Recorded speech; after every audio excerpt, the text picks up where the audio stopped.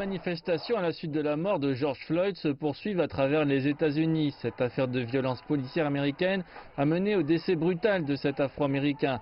En portant des pancartes sur lesquelles on peut lire l'abréviation de Black Lives Matter, les manifestants ont protesté contre l'application excessive de la loi par la police et ont parfois affronté violemment la police.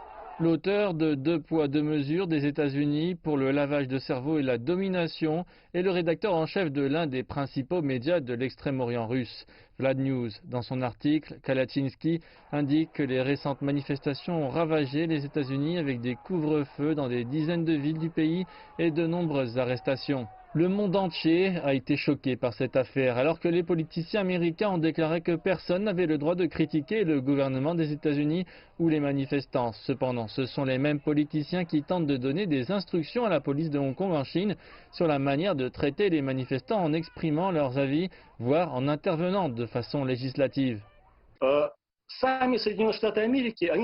Les États-Unis préfèrent une position non conventionnelle dans laquelle ils croient qu'ils ne pourront pas être critiqués et qu'ils sont à l'aise parce qu'ils ne permettent pas aux gens de prêter attention à ce qui se passe aux États-Unis. Malheureusement, les récents événements sur le territoire des États-Unis sont dégoûtants.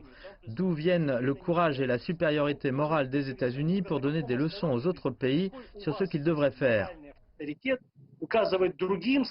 Kalachinsky, tout en parlant de l'objectif initial de cet article, a indiqué comment le gouvernement américain était intervenu dans les manifestations et les émeutes dans d'autres pays depuis des décennies. Il s'agit en réalité de provoquer des escalades de conflits dans d'autres pays. Kalachinsky a ajouté que les États-Unis étaient indulgents envers leurs problèmes intérieurs ainsi que sur leur suprématie blanche. En revanche, les États-Unis sont très stricts envers les autres pays pour ce qui est des problèmes internationaux et occupent toujours une position prioritaire pour eux-mêmes. La communauté internationale connaît pleinement la véritable nature du gouvernement américain d'aujourd'hui.